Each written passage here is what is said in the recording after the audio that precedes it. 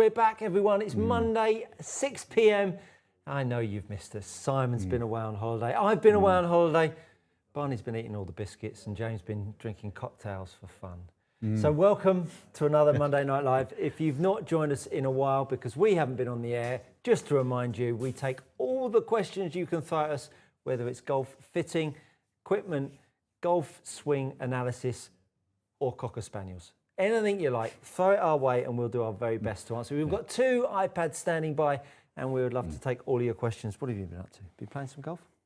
Played a little bit of golf, week away, a little bit of golf. Yeah, just enjoying life a little bit, actually. Yeah. Been nice. Yeah.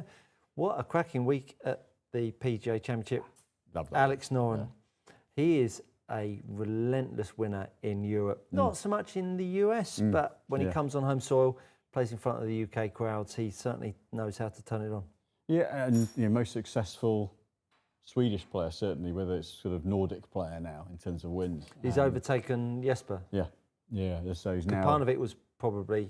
I think so. But certainly now they were saying he's most successful of that region ever on tour, which is, that actually, there's some great players that come out of Sweden as well. So that's, and he's so impressive around Wentworth. I mean, up to world number 18 now as well. The 2 wins recently, and he's suddenly just, his career's gone that way, and he's vice captain of the Ryder Cup, and maybe he should be playing. Yeah, and there's been some incredible performances from some golfers. I mean, obviously Marco Penge, everyone knows about him, but Adrian Sadier, I remember 15 years ago working on tour and seeing him struggling for his card and kick it down the street. 15 years later, I mean, that's quite a long time to be out on year on year on tour. It's easy to sort of just fall into just another, touring pro. But he's now got a full PGA Tour card and will be out there next year, as will Marco. Marco was 3 years ago sort of picking up balls on the local range. Not quite that bad, but, he was really battling with his game.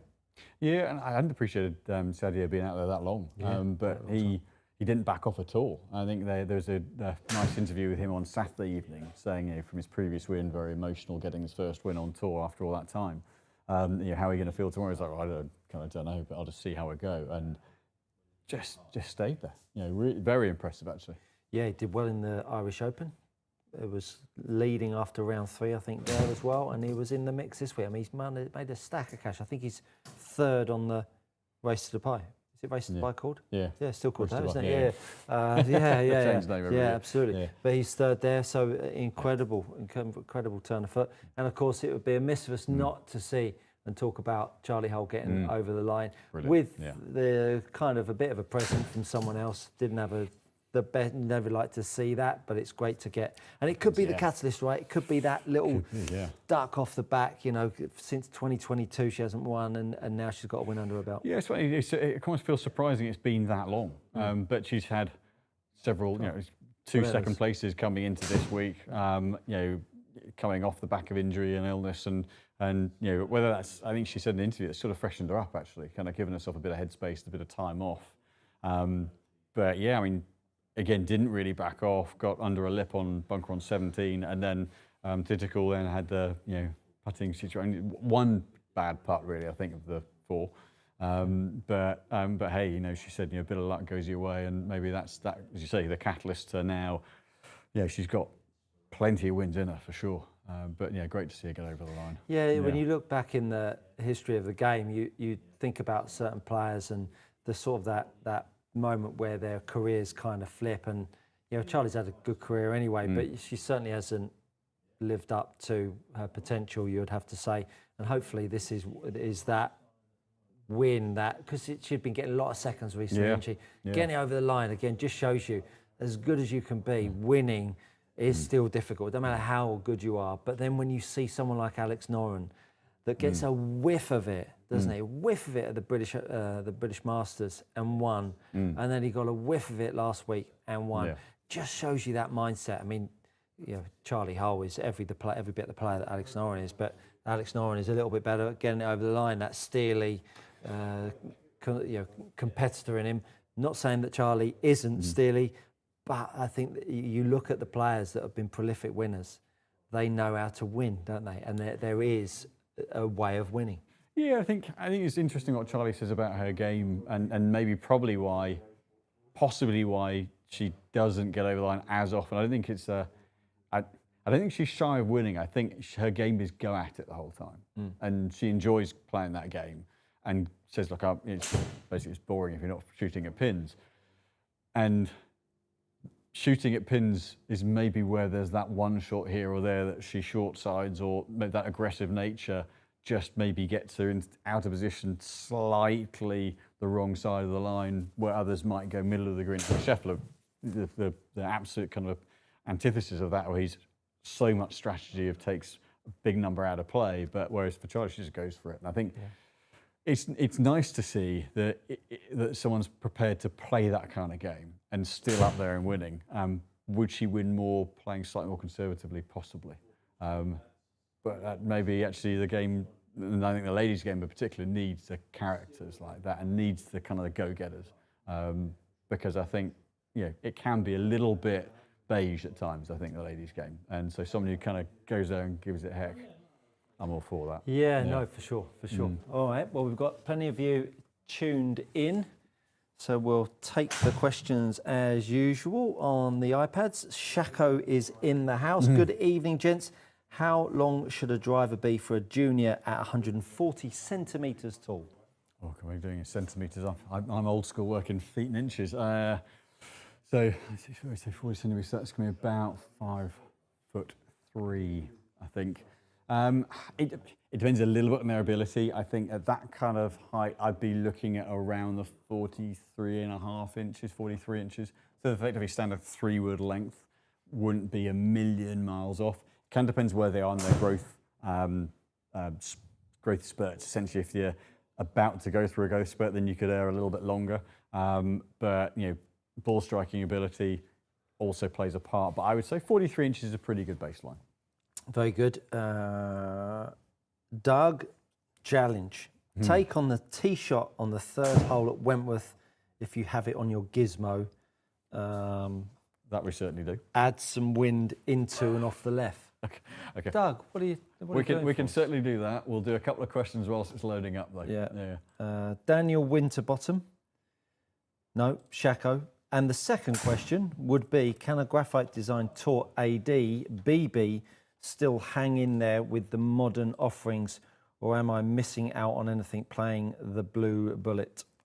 No, I think ultimately, if it's the right, the graphite design are great quality shafts. So it doesn't matter how old it is; they use top quality materials, and if it suits you and works for you, then absolutely it can sit with any of the latest shafts. In principle, some of the latest shafts have there's more graphite to resin component. They're using slightly higher grade materials, which allow them to layer them differently and utilize bend profile, regional, zonal stiffness a little bit more without them feeling harsh.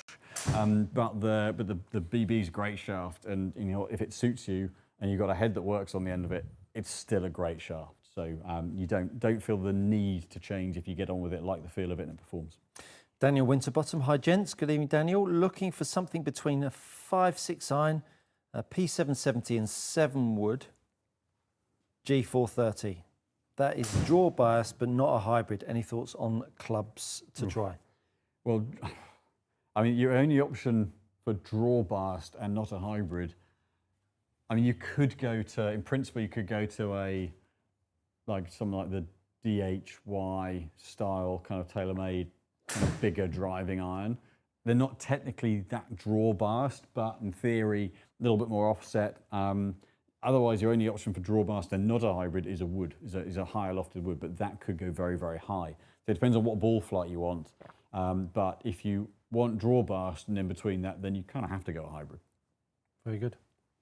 I'm going to have to quickly dash up and get my clubs. I'm not going to be able to use your driver. Noel, go under the wind. Noel, 1988. Evening, gents. Evening, Noel. Nice to see you. Just wondering why longer irons are 2 and 3 degrees gapped. Surely that is too tight to get the most from each club for your average player. I think I'm sort of trying to find the right tee box here to play off. I think ultimately, in the main, you're absolutely right. I would say that what you tend to get into longer irons now is a progression of tech. So you're getting more face speed or kind of faster faces, which help gain ball speed progression.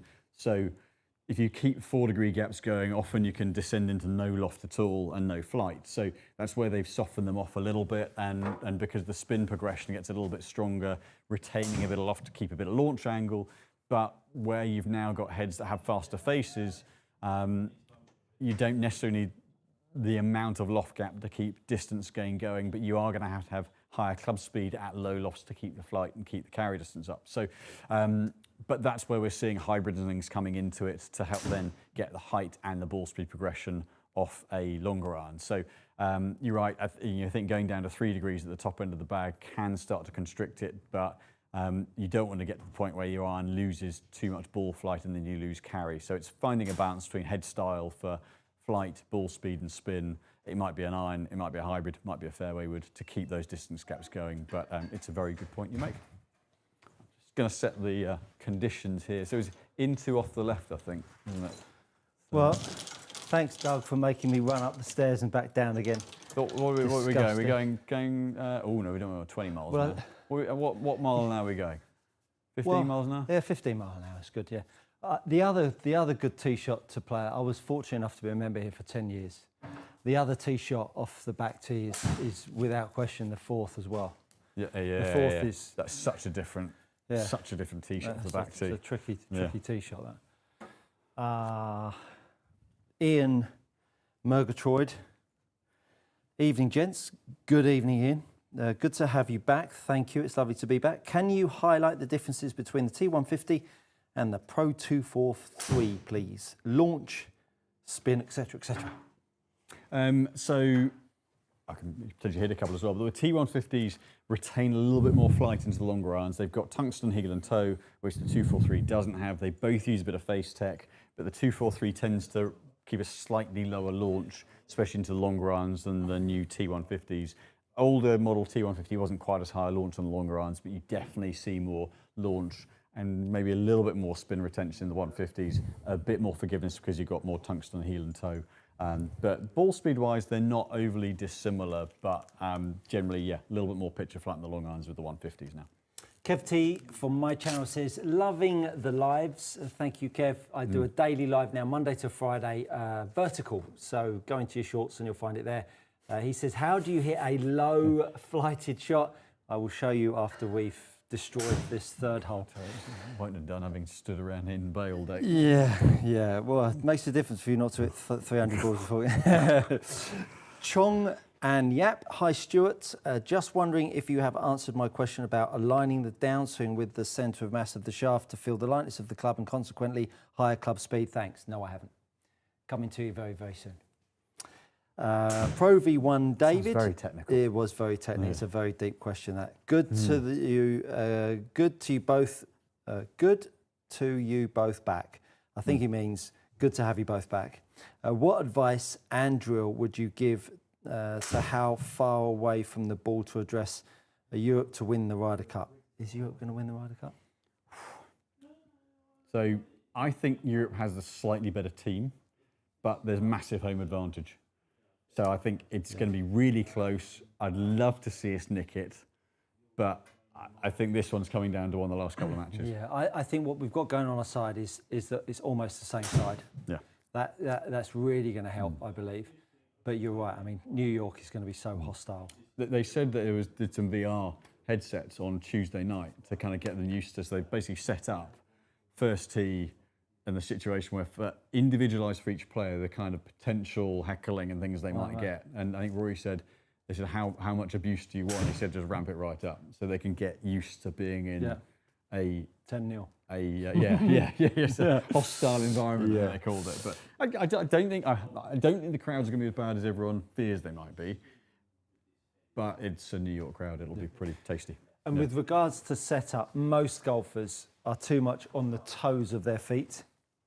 And when they're on the toes of their feet, invariably the arms will hang close. And then, when you ask someone to put your weight more on the heels of their feet, the arms feel way too close. Set your weight first, and then keep the weight there and push your arms away from yourself until you feel the right distance. But keep the weight in the heels of your feet to start with, and then move your arms away where you feel comfortable. That would be a good place to start, without seeing you, of course. Right. It's a hideous tee shot in the summertime, let alone with sort of a September wet. It's tough. What was interesting seeing them when it had been raining and it was sort of heavy atmosphere and conditions on the Saturday, Sunday, was like they're going in with, some of them are going with a head cover off. Yeah. You know, they're going in with, you know, hybrids, with long irons, with, and seeing actually how much shorter the ball was travelling for them when it was cold. Yeah, good to see though, right? Instead of watching the US tour every week. Or just kind of, yeah. But this hole, essentially, your only options are to hit a good shot. You can see what you've got. You've got bunkers up the right. You've got a bunker that actually sets up as a bit of a target up the left-hand side. And the trouble is, up the left on this hole gets so wet and claggy, doesn't it? Blocked out as well. Yeah, and blocked out. But it's like really heavy lie. And then up the right, the bunkers are deep. So as you rightly say, it's like it's just good shot or not. Yeah. That's what I quite like about this course. It is just a case of, I know to them it's now strategy course, whereas it's a big old course for us. Yeah. You just have to hit good shots. 100%. 100%. Right. Best of luck. Thank you very much. We'll need it. Okay. Take that one. Yeah. You see, I quite liked it because I didn't send it, but now I'm... Where's the wind out the left? Yeah. Oh, you must have a bit of turn on that. Just turned it over. Well, yeah. You thought that was going to be good. I didn't mind the it. wind. Yeah, didn't mind it. I might have towed it a little bit. Yeah. And it was a very pedestrian swing. Yeah, that's all right. Don't matter.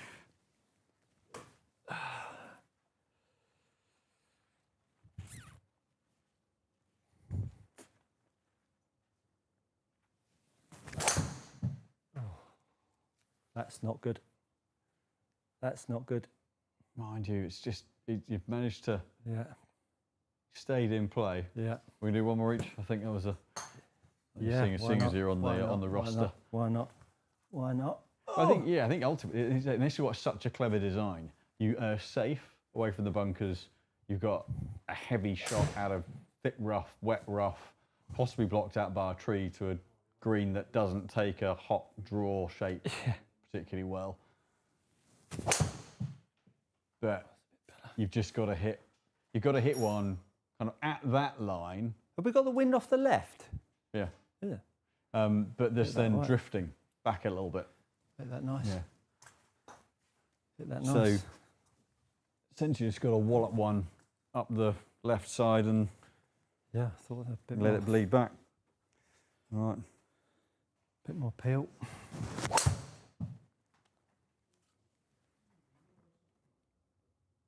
Yeah. There you go. Take that one. There you go. And the difference is that we're worried about the first bunker on the right. They're worried about that one through the second one, right? Yeah. Well, there you go. But yeah, and you know what? Also, it's uphill. Yeah. It's your second drive of the day. Yeah, it is. And now we've still got 200 yards in. Should we do the tee shot on the fourth as well? Thanks for coming. That's quite cool. Cool look of that hole.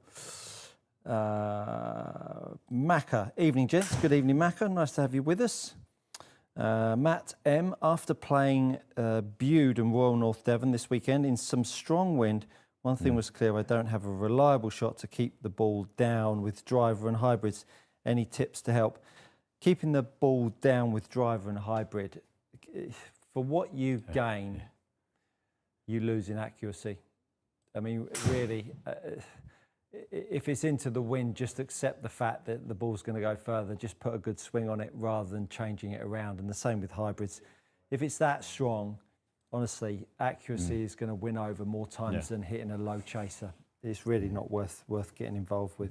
I think driver-wise, for me, I think players used to have to work it more because the ball spun more. The ball now doesn't spin that much. So if you're striking it well, don't overwork the flight, because if you're hitting it well, it's not going to spin too much. It's still going to go through the wind. And then you haven't done, as you said, haven't messed around with your low point, with your path, with your delivery, and then risk spraying it everywhere as well. Yeah. So focus on solid strike first. Absolutely, 100%. Doug, Context, I stood there on Friday and watched even the best struggle with that tee shot. Yeah, it's a toughie. Shako, can you hit the Mizuno Pro T1 and the T3? How do they compare to a TM MG5 or the Ping S159? We'll do that after we finish hitting a few holes. Should we hit this tee shot? Do it. It's a bit different off the tee I played off when I last played there. Yeah, it's a good hole. It's a good hole. It's only about, it's only about 100 yards further back. Yeah, not easy. Yeah, it's not easy. It's the line they take, that they basically go over the left trees, whereas, God, that takes some commitment, that one does. Right. But you've got more room left than it feels like, he says.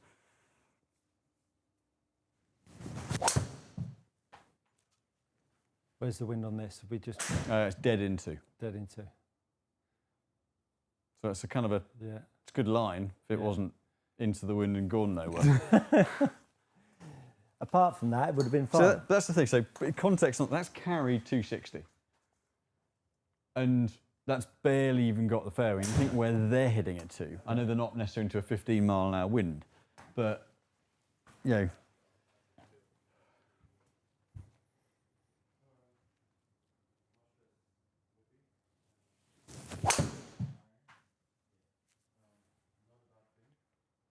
Sounded a solid hit.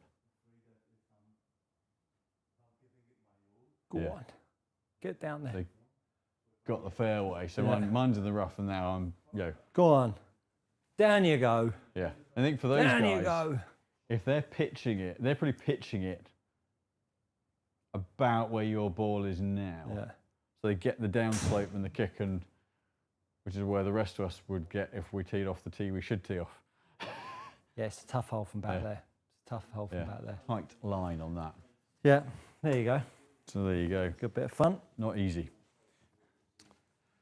Let's have a little look. So those irons that... They're wedges though, so I'm gonna... Oh, are they? I'm gonna stick this on a relevant place for me to be playing some wedge shots in. There we go. Okay. And I'm gonna grab the relevant clubs. Fantastic. T1, T3, Ping and a TaylorMade. Right. Yeah, that's it. Quadruple A, hi gents, been a while, it has. If two people have roughly the same driving distance, but a player A has a steel shaft iron and player B has a graphite, and B hits their irons further than A, swing or club difference? James says C. We'll let Simon come back and he will give us the answer. Chung, if you're still watching, you speak like you're a golf coach. And is that the case? Let me know. So the question was, Simon,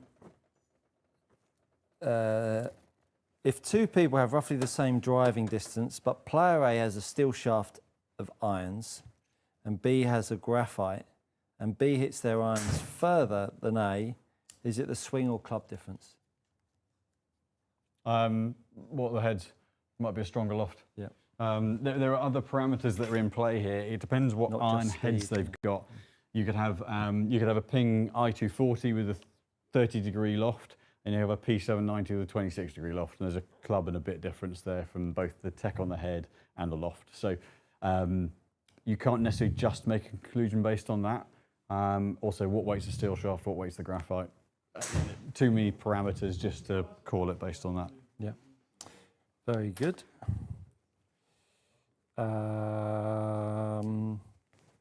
Mega Metal fan who was just on my live just upstairs. Welcome to this one. Sounds like something to do with music. Yeah.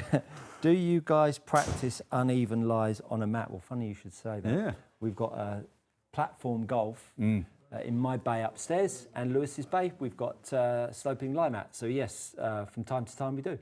Yeah. Very good kit. Go check them out online. Quadruple A, assuming that irons have the same amount of loft per club.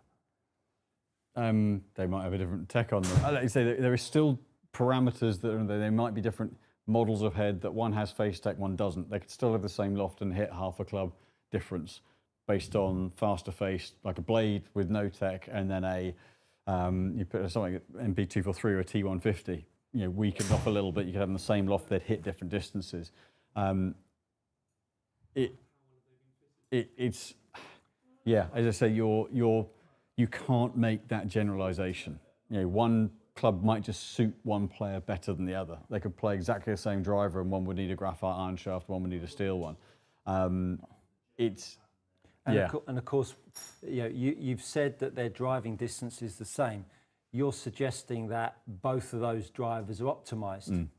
If one driver is worse optimized than the other, that means that the guy that's got more club head speed is losing distance, and the guy that's got less club head speed is optimized. So the person that's hitting it the same distance with the more club head speed has a worse fitting driver, and then when he gets to his irons, he hits his irons further, he's better fitted than the guy, or they're both fitted well, but the driver's wrong. So there's so many variables and so many connotations, isn't there? That you just can't say, would it be the club head or is it the club shaft? Can you? It is exactly that. There are a large number of variables that unfortunately isn't. This is the nature of.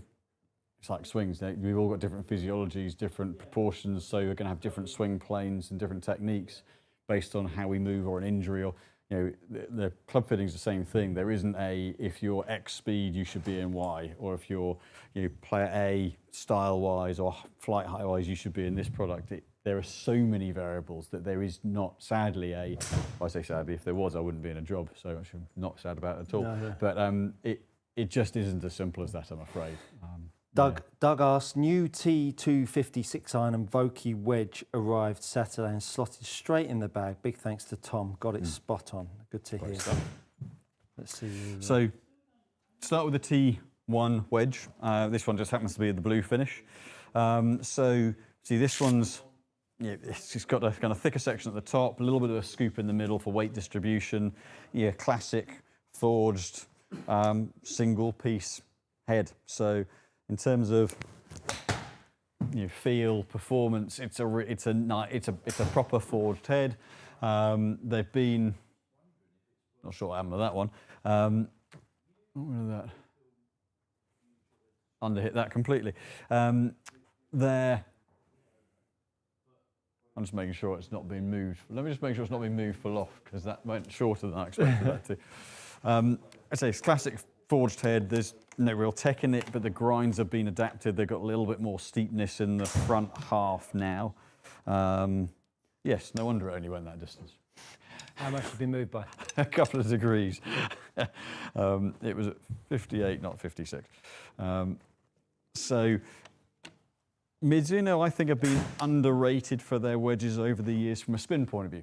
I think they've actually historically been really good for spin, but maybe haven't had the brand of some of the other heads in terms of brand strength and therefore the kind of the visibility. But actually the T1 S1 series, which their wedges over the years have been very, very good. So they do give. That's got a bit of a. That launch was more on the window I was expecting. They do give a good amount of spin. Still come up slightly short, but it wasn't quite as short. So 10,000 revs of spin on an 80-yard shot. That's pretty strong. So they've got more versatile with their sole shapes. So something definitely, if you want a softer feeling wedge that actually still retains a lot of spin, the Mizunos are very good. The T3 has a little bit more of a cavity effect, a bit of perimeter weighting there. And actually it's got a really nice sort of graduation onto the sole grind where you've got a bit of leading edge beveling and a little bit of back edge relief. So really nice versatile sole shape. Visually something that's a little less blade-like. So not particularly big a head, but there's a bit of help from a weight positioning point of view. Certainly a slightly more sympathetic sole shape, that leading edge sort of softening, kind of angling helps if you get a little bit steep. Certainly some heads we've done a reasonable bit of this year. It's not an amazingly different feel to the T1s. The T1s are maybe a little bit more of a solid feeling. That must be on a slope on the fairway because it's calculating a lot more shot shape than I hit. Yeah, it is. But again, a little into off the right, that'll be right. It's not going the distance. There you go. Oh yeah, 15 mile an hour into off the right. Yeah, that'll do it. You know, 10-2 on spin. It's still a solid amount of spin off of that head, and you know, they've got the same kind of face tech and groove patterns as the T1, but a little bit more forgiving potentially on the sole shape. And I'll compare it briefly against the new milled grind head, which again, forged, made a big deal about them being forged this year. Everyone likes the concept of a soft forged wedge. Improved face tread on the MG5s this year. I kind of like what they've done with those. That seems to get a bit more consistency of spin. Nice soft feel. Again, they've added more sole shapes, so a little bit more width on some of theirs as well. But again, definitely something if you're looking for a softer feeling wedge, another good wedge here. For the amateur golfers out there, Simon, that play once a week and they play twice a month. Yeah. How long are their wedges going to last them, do you think? So, comfortably a couple of years. Yep. Comfortably. I think what I would suggest is if you do practice, don't just use one club. Vary it, because then you're not just tearing through one set of grooves. Particularly, it's less of an issue over here. In the States, there are a lot of courses and practice grounds that have kind of a sanded base to their ranges, and that is like hitting bunker shots with them. You get more wear on the face, more tread, there's more friction. It's like hitting bunker shots regularly, so that is going to tear through your faces pretty quickly. So I do know people who've got practice wedges, but then again, you end up with one with no grooves at all by the end of it, and then a fresh one for the course, and you're practicing shots results you're not going to see, so it's kind of counterproductive. But yeah, it's try and vary the ones you're using if you're in those scenarios. Over here, it's less of an issue. We don't get heavily sanded practice grounds as much. And is there anything that a golfer can feel on the face? I mean, the old sort of running your fingernails up it, is that still a good one to use? It's still not a bad one. I think what you can tend to see is it's looking at how sharp the edges of the grooves are. When a wedge is going to start to lose performance, one, you're going to see no milling pattern on the face. It will have kind of leveled that off and smoothed that off. But the top edge of the groove will start to kind of round off and almost sort of widen off. It's almost like if you've got a bit of clay and you kind of were to smooth off an edge, it blends it down. You're going to get that kind of effect. And the moment you get that, you are going to see a loss of grip. Not on dry conditions, but if it's wet or playing out of rough, you're not getting that top of the groove biting through the grass or the moisture to get to the ball. Yeah. So that's at the point they need to change. But realistically, most players will have a good couple of years or so with their wedges. Great. Good stuff. And that MG5, good on spin, but about 300, 400 revs less spin than the Mizunos. Very good, very good. Simon Muggleton, question for Stu. Can you give us a breakdown of basic guide on what the right arm should do from the address to the top of the backswing? Feel mine is getting too far from my body. Thanks. Of course. So the right arm, I think, is the hardest arm to use and navigate in a backswing because it's the one that's folding. And depending on how much rotation you get in a forearm, when it bends, it can bend up or it can bend down. And of course, that bend point will then start to set the pitch of your shoulders, and it will start to set the pitch of your arms and the club shaft. So first things first, how your right arm works will depend on where your right hand is. The more your palm is down with your grip, the more your forearm will externally rotate and the elbow will tend to sit more underneath the grip. The more your right hand is underneath the club, the more your forearm will tend to internally rotate on the way back, and the more your elbow will sit outside of the grip. So grip is going to orientate where your elbow is at the top. It will have a huge influence on it. Now, in terms of your arm getting away from your body, that would come down to what your pelvis is doing. So the more a golfer moves it sideways and doesn't rotate their pelvis, all of a sudden, if you get sideways, the only way you can get the golf club to the top of your backswing is by moving your arms away from your body. So you move sideways. If you were to keep your arms close to your chest, the club would be somewhere out here. But of course, now I encourage more hip turn. I keep my arms in the same orientation. Now all of a sudden the grip sits behind you. So your right arm is actually really quite a simple motion to get right.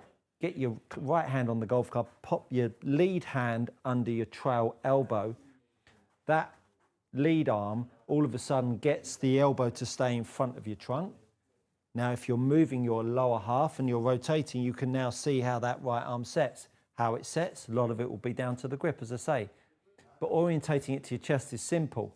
But if your pelvis is not rotating properly, then it all of a sudden gets really awkward. Then you throw some different flight into the equation, hooks or slices. Now all of a sudden you're trying to do all funky things with your arms. So layering some good principles, getting your grip right first of all, then doing that little lead arm drill, see how that feels. If it feels difficult to do that, then you absolutely know that your lower half is not working properly. So hopefully that's given you a little bit of an insight into how the right arm works in the backswing.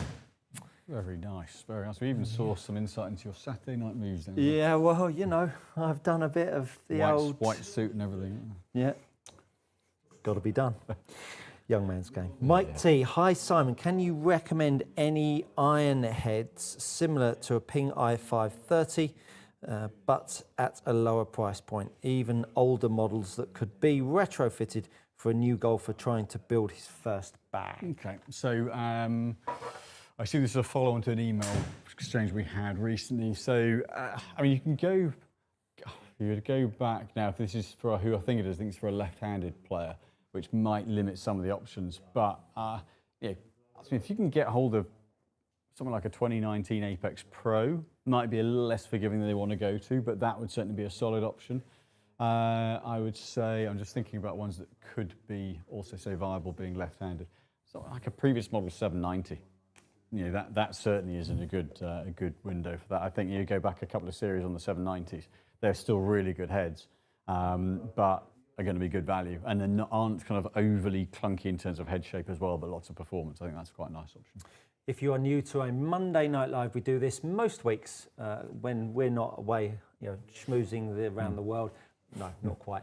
But we're here on a 6 p.m. on a Monday evening. We answer all your questions, we demo, and we do everything that you would like us to do when it comes to golf. Steady on.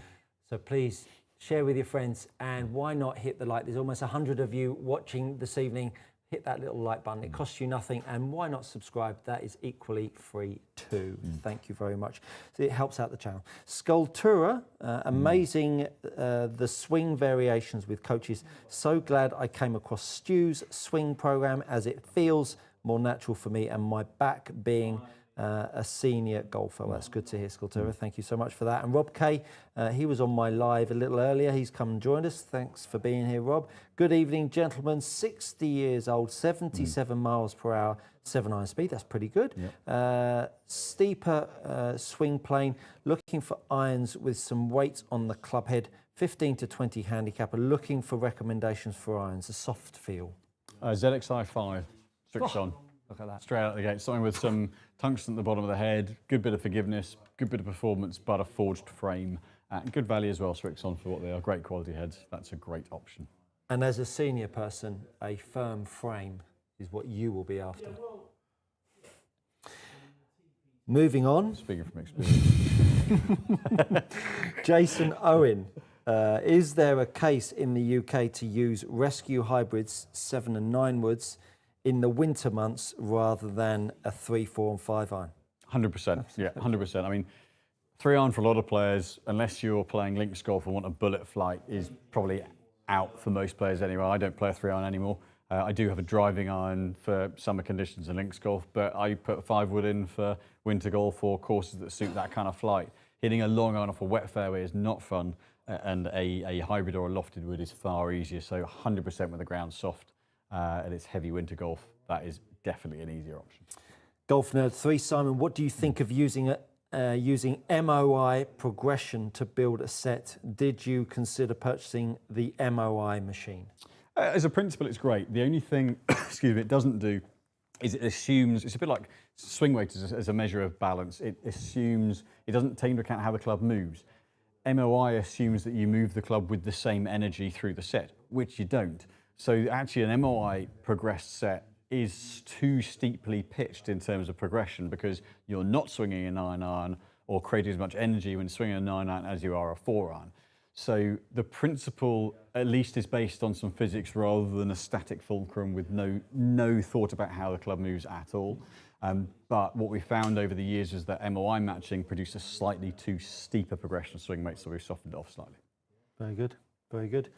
Good evening, gents. Jason Mikesell, currently gaming ZXi 7s with C taper light shafts. My question is two parts, greedy, as I am considering a driving iron and want something around 17-18 degrees. Would you recommend going with a driving iron or a 3-iron such as the ZXi 5/7 bent 2 degrees strong?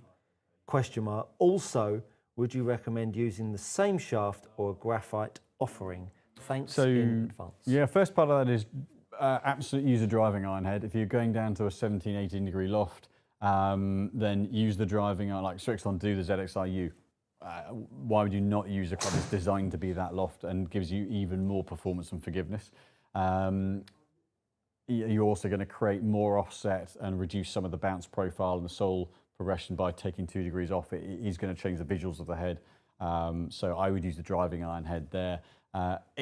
Shaft one's an interesting one. The more someone tends to get on top and squeeze their irons, we've tended to see matching the shaft through. So I've always been better matching my driving iron shaft to my iron set. But the more someone plays it as an off the tee club where you're just kind of sending it a bit more, the swing moves a little bit more towards the woods. And we've often then seen going a little bit lighter, whether it's a lighter weight steel or a graphite option, that tends to work better for that player. However, for me, I've always found if I go lighter, I lose the club. So it depends what you're playing it as. If it's just a send it off the tee club, then the lighter option is probably the better option. If it's an all-round club, you may be better off matching it to your irons. Shako, back for more. How do the Titleist T250 launch spec irons compare to the Ping Prodi G junior irons in terms of weight of the head? Thinking about getting them for my junior 10-year-old son. He's a good golfer. So they can't get them quite as light as the Prodigy heads, but they are pretty darn good. There is a head option which you might be able to get there, but the only thing that you're not able to do once you get them is adjust the weight. So they do a very light head, which would be comparable, but there isn't anywhere to internally weight them other than a bit of a tungsten plug in the hosel or a bit of lead tape. Having said that, tech-wise they're great. The lofts are much weaker, kind of old school in terms of lofts, so you're able to get the height on them. But yeah, the head weights are generally starting at about 7 grams lighter than a standard head weight. You can get them lighter than that as well by ordering a particular weight with Titleist. But adjusting those heads, I think the only thing for me, depending on how old the junior is, 10, so and how quickly they progress, is if you go light in the head, you can't then adjust. You then have to buy another set of heads down the line. The Pings have generally been good for making adjustments, but you're going to be paying more for the Titleist than the Pings. So it's kind of one of those interesting ones of how, is it the right time to go kind of all in on a set of heads like that, or actually wants to get to, potentially sort of 12 or 13 years old and start to get that growth period going? Is that the better time to go to a kind of a major branded kind of full scale model rather than the junior series? It's difficult with juniors because they all develop at different rates and different ages, but head-wise, yes, it'll be suitable if they're a good quality golfer, but the question mark is that always that balance of how much do you want to spend based on they could grow out of those heads in a couple of years' time. Shako's got loads of money. I think he's going to throw the kitchen sink at it. Sounds like. Anyway, Simon Muggleton. Simon Muggleton, brilliant response to earlier question. Appreciate your time. You're super welcome. Well, no more questions coming in. Let's play the first hole at Wentworth. I think that's a pretty hole. Or what do you think?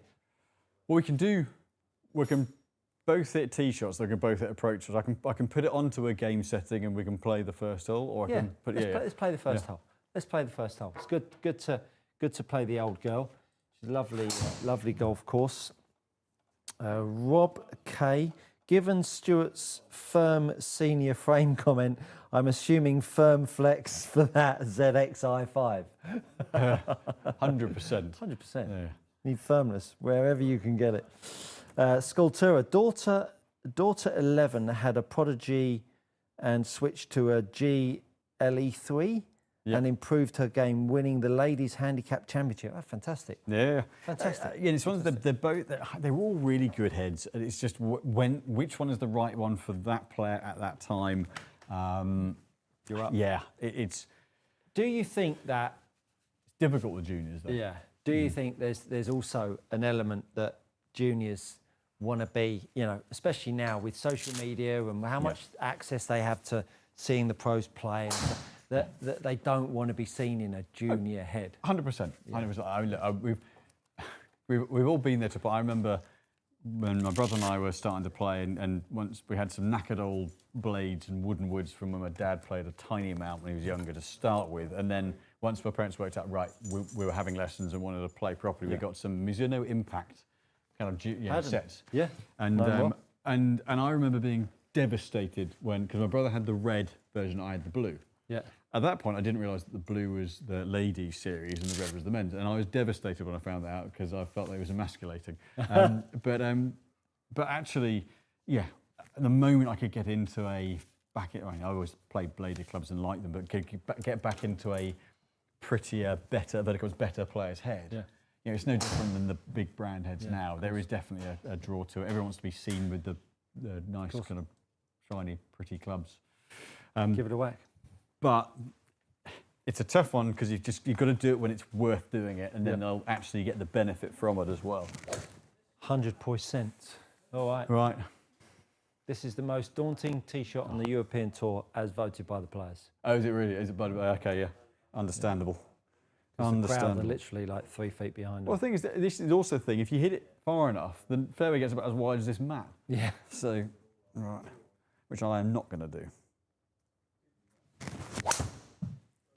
Hit it quite well. Nice. I saw Greg Turner, New Zealander golfer. Oh, stay out the bunker. Stay out the bunker. You don't want to be in that trap. You don't want to be in that trap. You're not in that trap. Nice drive. I saw Greg Turner hit it across the putting green. Oh, really? Yeah. Well, that putting green, when there are amateurs on the first tee, that putting green, which is the bit you can see on the left there, is in play is bloody 100%. dangerous. 100%. 100%. It's a good job everyone's hitting driver, not an iron. Yeah.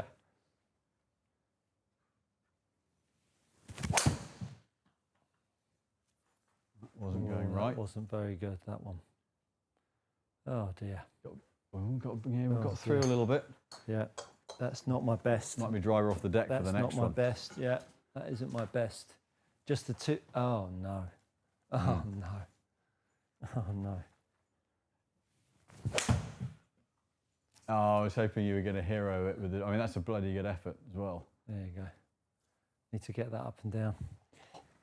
It's just a hard. So for members, it's a par 5. For the pros, it's a par 4. Yeah. Which tells you a little bit about how tough this hole is. So 200 yards. Right.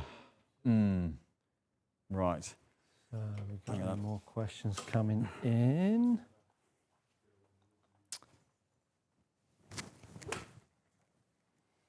Right.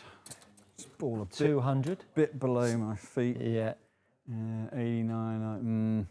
Actually, that's now coming off. So Golf Nerd 3 says, Simon, could you name your top 3 coolest looking shafts? Oh, well, obviously the VA Composite Sinister that I play looks great. Yeah. I think coolest looking shafts. From a art point of view, I like the VA Villain because it's like pop art, Roy Lichtenstein, Wham kind of thing. And would I want to play it? Not necessarily, but I think it looks quite good from an artistic point of view. And I do think just the simplicity of the LA Black, the LA Gold series is just a really nice sort of clean black one as well. So, yeah. Very good. Very different, those 3, though. Right, 4 on. I've hit it. Bit left. I anticipated a fade off the ball below my feet, and I've just ripped it dead straight. It's all right. Greenside trappage. Greenside trappage. Which actually is the exact action replay of where I finished last time I played it. Got 80 yards. 85. 85 down. 90 yard shot. 90 yards playing.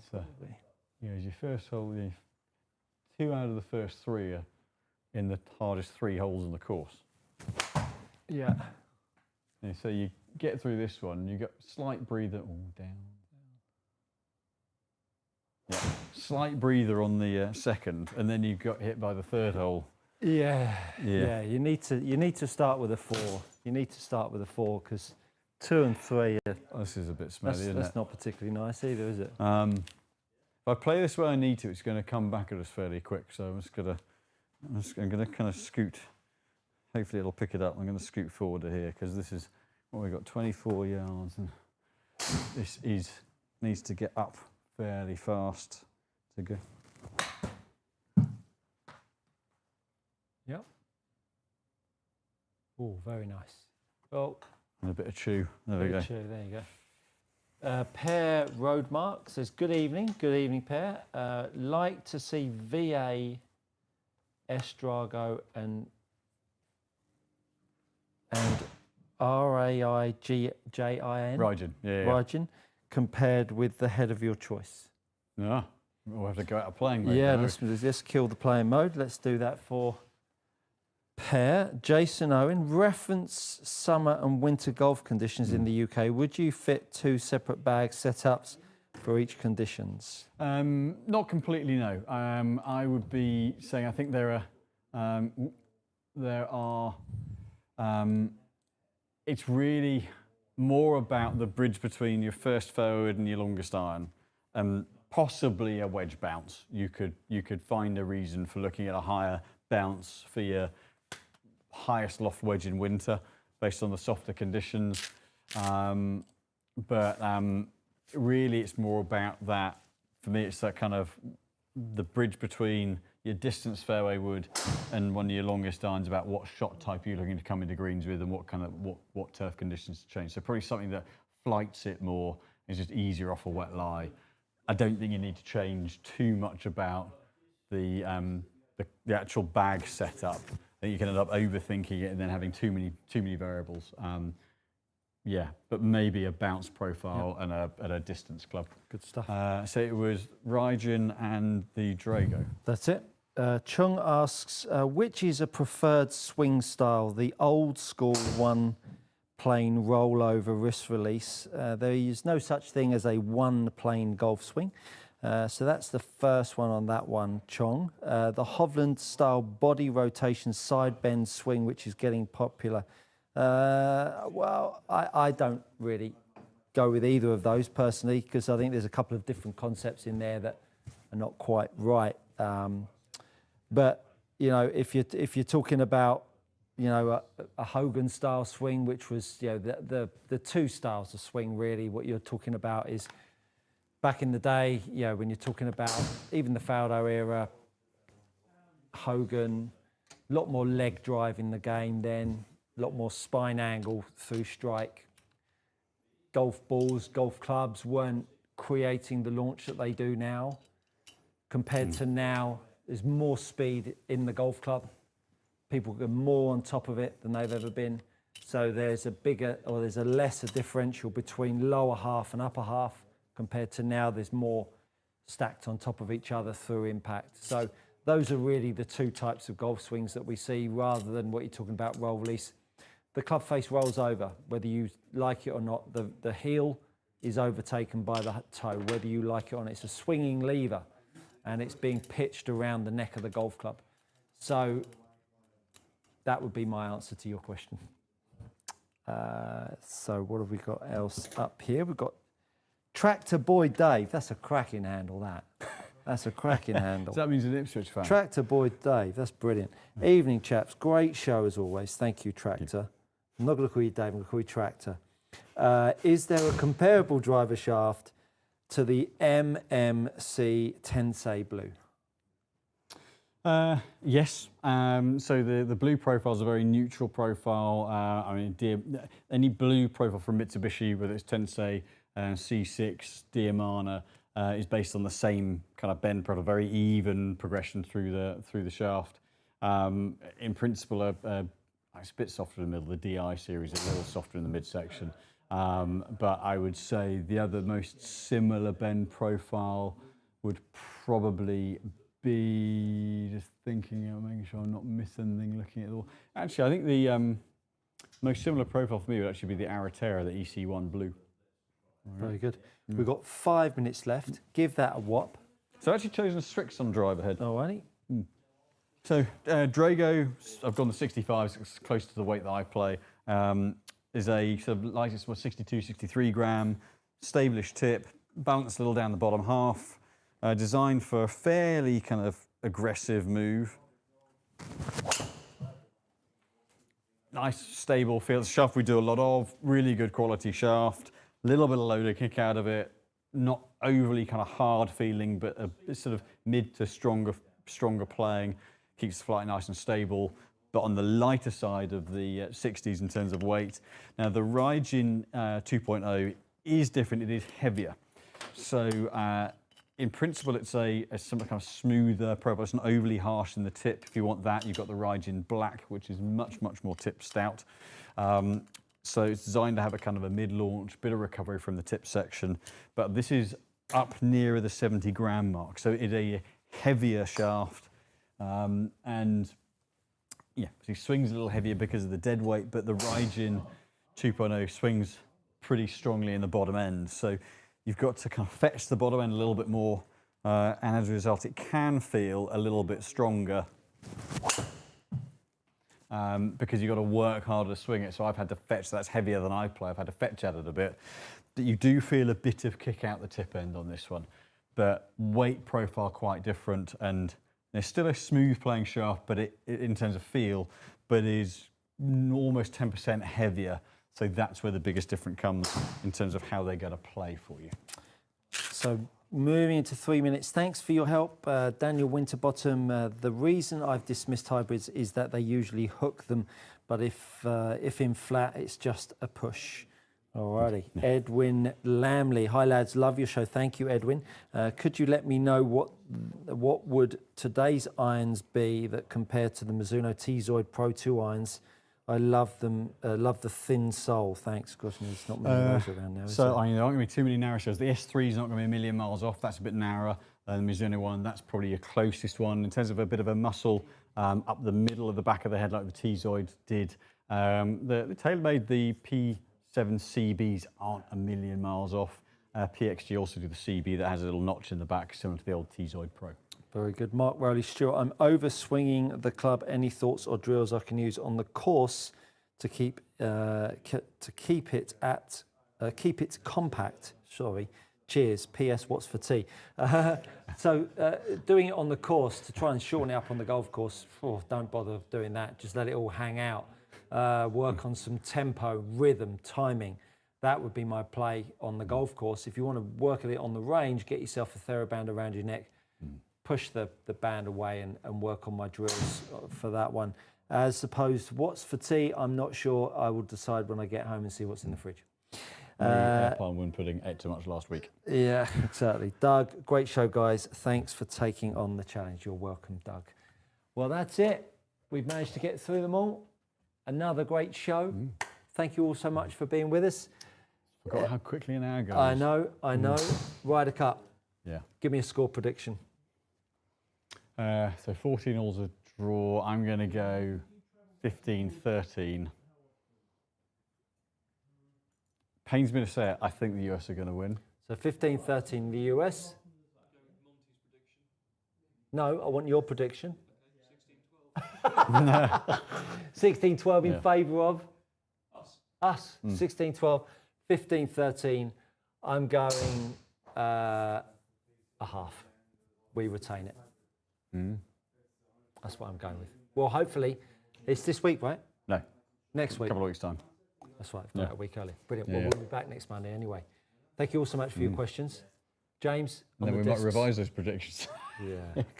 If there's been a punch up in the car park. Yeah, I literally think it's one match either way. Yeah. Too tactical. Yeah. If you have got a prediction, drop them in the comments below. We'd love to hear from you. As usual, big thanks to Simon, James, and of course myself. Thank you for being with us, and we'll see you all next week. Have a great golfing week and enjoy the show.